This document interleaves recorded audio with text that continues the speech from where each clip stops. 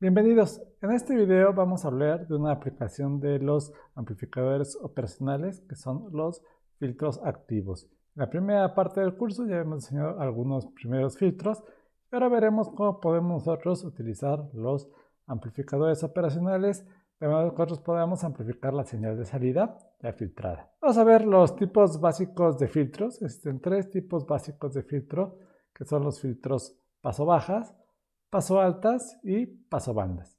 Vamos a tener a la entrada una señal cualquiera que pueda ser una señal bastante compleja, por ejemplo una señal de voz, la cual por teorema de Fourier nosotros podemos descomponer en una sumatoria de senos y cosenos de diferentes frecuencias. En este caso en particular, con fines del ejemplo, vamos a suponer que esta señal compleja la pudiéramos descomponer únicamente en tres señales sinusoidales: una de alta frecuencia, que es la que viene en la parte inferior, una de frecuencia intermedia y una de baja frecuencia. De tal manera que nosotros aplicamos un filtro paso bajas, la señal que obtendríamos a la salida sería únicamente la señal de baja frecuencia. Para un filtro paso altas tendríamos esta señal en la parte inferior, que es la señal de mayor frecuencia. Y para un filtro paso bandas tendríamos la frecuencia intermedia, que es esta frecuencia, que es la que pasaría a través de esta etapa del circuito. Los diagramas de Bode simplificados son como se observan del lado derecho. Este sería para el filtro paso bajas, para el filtro paso altas y para el filtro paso bandas. La frecuencia es un aspecto sumamente importante, particularmente en las telecomunicaciones, en las cuales nosotros podemos transmitir señales y recuperarlas a través del uso de estos filtros. El espectro radioeléctrico se ha dividido en una gran cantidad de subsecciones. Algunas de ellas reciben un nombre dependiendo de la frecuencia que estemos analizando. Por ejemplo, tenemos las señales de baja frecuencia o very low frequency, que se utilizan para la comunicación marina. Si vamos a frecuencias más altas, vamos a tener las señales de radio, tenemos las señales de AM y FM, que son frecuencias intermedias. Posteriormente tenemos algo que hace algunos años era un hobby relativamente común, que eran las estaciones de onda corta, con las cuales nosotros podíamos escuchar estaciones de diferentes continentes. Si teníamos las condiciones climatológicas adecuadas, era posible escuchar estaciones de radio de países distantes, aunque ahora con internet podemos escuchar una estación de radio de cualquier parte del mundo. Y posteriormente tenemos las altas frecuencias, donde vamos a tener las estaciones de televisión y la banda de frecuencias de FM. Vean que a medida que nosotros vamos a frecuencias cada vez mayores, la cantidad de información que nosotros podemos transmitir va a ser cada vez mayor. En el caso de las estaciones de radio de AM, son estaciones monaural, es decir, solamente transmiten un canal de audio, mientras que las estaciones de FM son estéreo, es decir, transmiten dos canales de audio, y además en el caso de la televisión tenemos la señal estéreo de audio más la señal de la imagen. Si vamos a frecuencias aún mayores, tenemos los teléfonos celulares y también tenemos la comunicación con satélites. Y estos son los rangos de frecuencias que tendríamos, por ejemplo, para la banda VHF, que va de los 30 MHz a los 300 MHz, con su correspondiente longitud de onda, que la señal va a tener una longitud de onda. Si suponemos que la velocidad de propagación es la velocidad de la luz en el vacío, tendría una longitud de onda de 10 metros a 1 metro. Pero vamos a ver qué parámetros necesitamos para el diseño de un filtro. Para diseñar un filtro necesitamos definir diversos parámetros.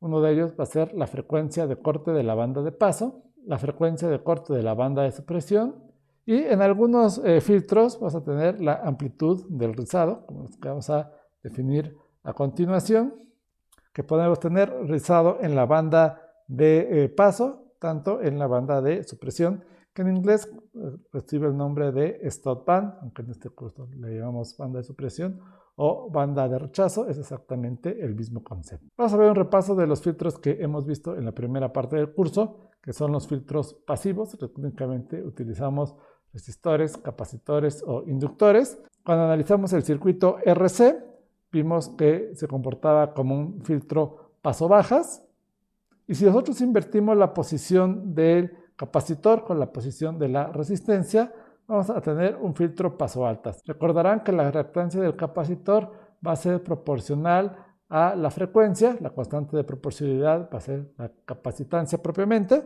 y vemos que cuando tenemos frecuencias altas, mi capacitor se va a comportar como un cortocircuito, por lo que el voltaje V0 va a tender a 0, y cuando tenemos frecuencias altas, como en este caso, mi capacitor se va a comportar como un circuito abierto, es decir, que tuviéramos nosotros un switch controlado por frecuencia, entonces a altas frecuencias, el capacitor va a generar una alta reactancia, por lo que se va a comportar como un circuito abierto. Y haciendo algunos cálculos matemáticos, utilizando la transformada de Laplace, nosotros pudimos definir cuál va a ser la función de transferencia, ya que el circuito RC se comporta como un filtro pasivo paso bajas o paso altas. Otro tipo de configuración que no vimos en este curso es la de un filtro paso bandas. En este caso vamos a utilizar los tres elementos pasivos que hemos visto conectados en series. Vamos a tener un capacitor que va a estar conectado en serie con un inductor y a su vez con una resistencia.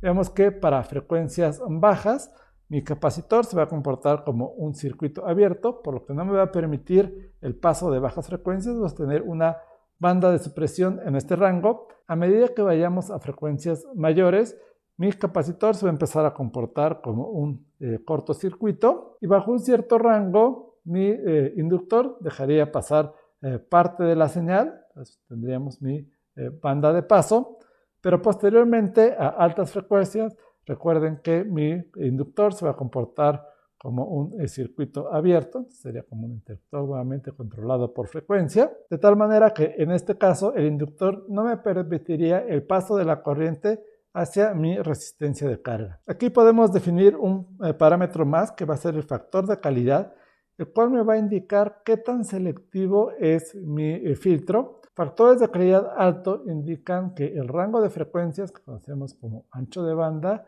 va a ser relativamente pequeño con respecto a la frecuencia central. Y la frecuencia central la podemos definir como la raíz cuadrada del producto de la frecuencia C1, que sería la frecuencia de corte de mi banda de paso, de mi filtro paso altas, multiplicado por la frecuencia de cortes de mi filtro paso bajas. Si hacemos este producto, vemos la raíz, obtendríamos mi frecuencia central. De tal manera que en este caso vamos a obtener una función de transferencia de esta forma. En general, la función de transferencia la podemos representar como un cociente de dos polinomios. Si tenemos filtros analógicos como los que vamos a analizar en este video, nosotros podemos obtener una ecuación diferencial que me va a relacionar la entrada con la salida. Si aplicamos la transformada de Laplace, podemos obtener un polinomio de esta forma, cuyas raíces del numerador van a hacer que la función sea igual con 0, por lo que van a recibir el nombre de ceros, y las raíces del denominador harían que mi función de transferencia se indetermine, y son las que van a determinar cuál va a ser la atenuación de mi filtro de la banda de paso hacia la banda de supresión. En el caso de filtros analógicos, que no vamos a analizar en este curso, pero vamos a discutir los elementos básicos en la última parte cuando hablemos de la electrónica digital, se puede obtener bajo el mismo proceso, pero en este caso vamos a aplicar una transformada que recibe el nombre de transformada Z,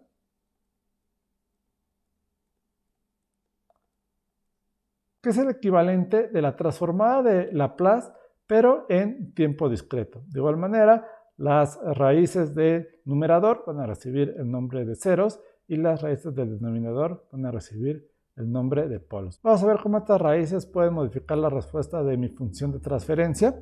Entonces vamos a ver este caso en el que tenemos un ejemplo para un filtro Butterworth, es un tipo de filtro. Vamos a definirlo en un momento. Y cada polo, es decir, cada raíz, va a introducir una atenuación de menos 20 decibeles por década. Es decir, que en un cambio de 10 veces la frecuencia, vamos a tener una atenuación en potencia de la señal de salida de 10 veces con respecto a la señal de referencia. En este caso, mi señal de referencia va a ser la amplitud promedio en la banda de paso. Por lo que en la banda de paso voy a decir que mi ganancia va a ser de 0 decibeles, simplemente está normalizado. Y si tenemos un polo, entonces vas a tener una atenuación, sería esta línea, de menos 20 decibeles por década. Si tuviéramos dos polos, tendríamos esta línea, que me representa una atenuación de menos 40 decibeles por década. Y en este caso, si tenemos 3 polos, tendríamos menos 60 decibeles por década. Vean que en un cambio de frecuencia, si se puede hacer mi frecuencia de corte, 10 veces la frecuencia de corte, vas a tener una atenuación de menos 60 decibeles, es decir, la señal de salida va a ser 1000 veces menor en potencia a la potencia promedio en la banda de paso. Veamos el tipo de filtros más comunes. El primero de ellos ya lo mencionamos, es el filtro tipo Butterworth, que va a tener una respuesta plana en la banda de paso y una atenuación intermedia en la banda de supresión. Va a corresponder a esta línea de color morado, si la seguimos, sería esta línea.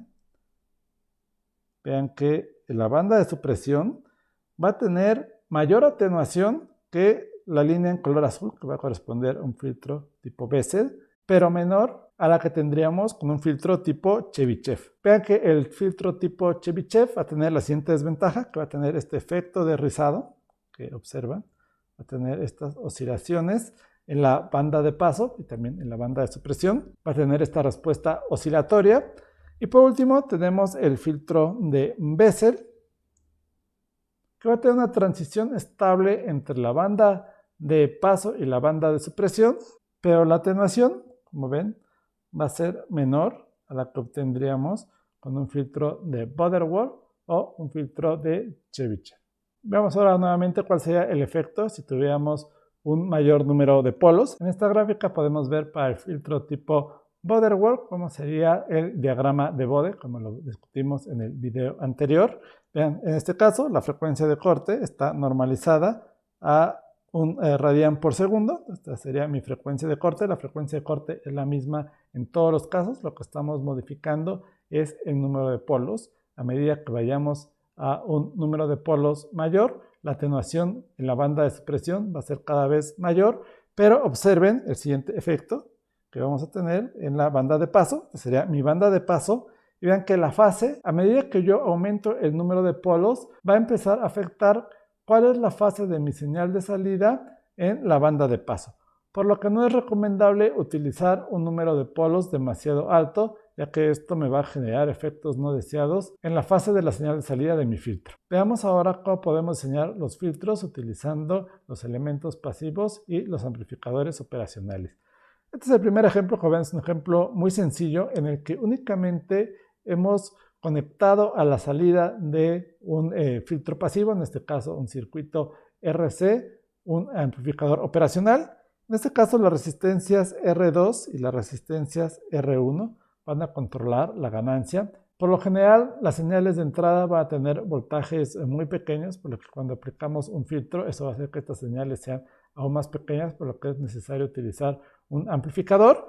Y tenemos un circuito RC que va a corresponder a un filtro paso bajas de un solo polo, por lo que vas a tener una caída de menos 20 decibeles por cada década. Los valores de R y C son los que estamos utilizando a la entrada de mi amplificador operacional.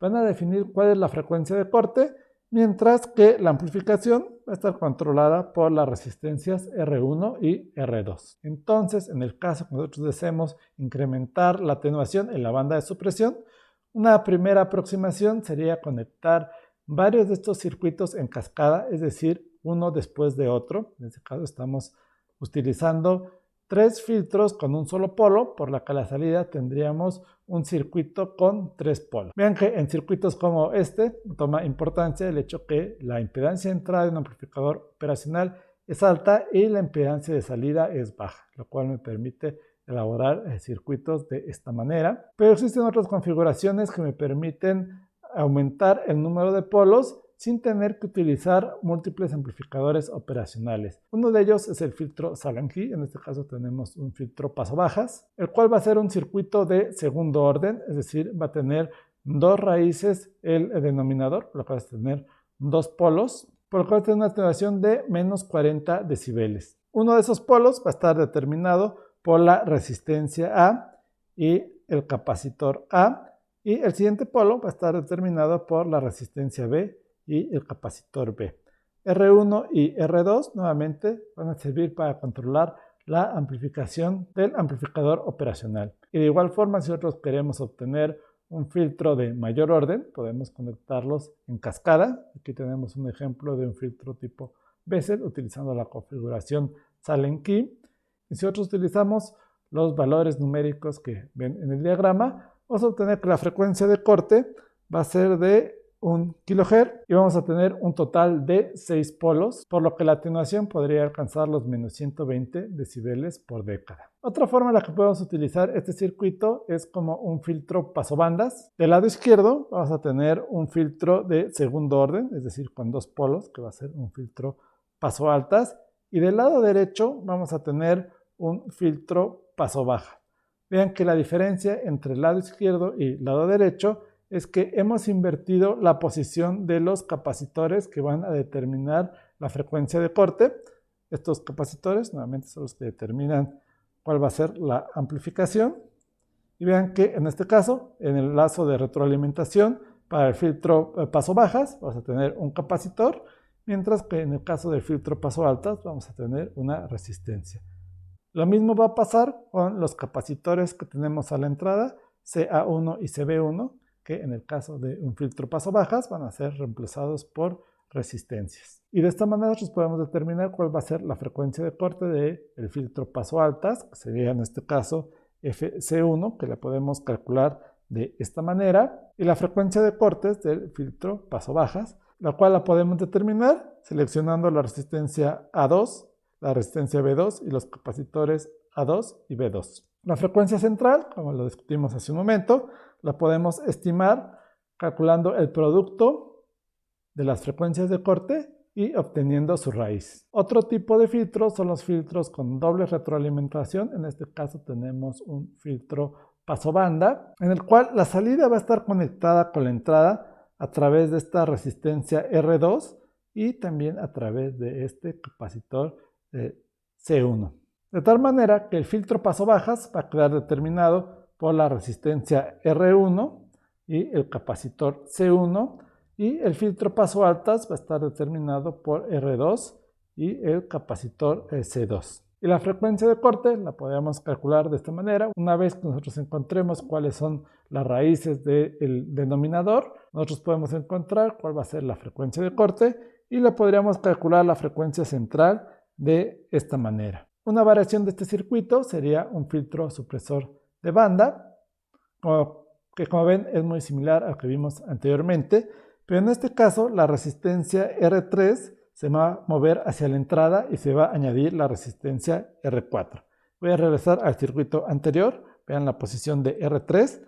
R3 está en esta posición, yo lo voy a conectar con mi voltaje de entrada y esta terminal yo la voy a conectar a mi terminal no inversora. Y por último voy a agregar una resistencia R4, entonces voy a agregar esta resistencia R4 y este pequeño cambio va a hacer que mi filtro se comporte de manera inversa, es decir, va a suprimir una cierta banda de frecuencias y va a permitir el paso de altas frecuencias y de bajas frecuencias, pero no de señales dentro de un cierto rango de frecuencias. La teoría de filtros es una teoría bastante amplia. Existe una gran variedad de filtros que se pueden implementar ya sea de manera digital o analógica. En este curso solo veremos una pequeña proporción, pero que me va a permitir desarrollar algunas aplicaciones que podrían ser de interés en el diseño de algún proyecto.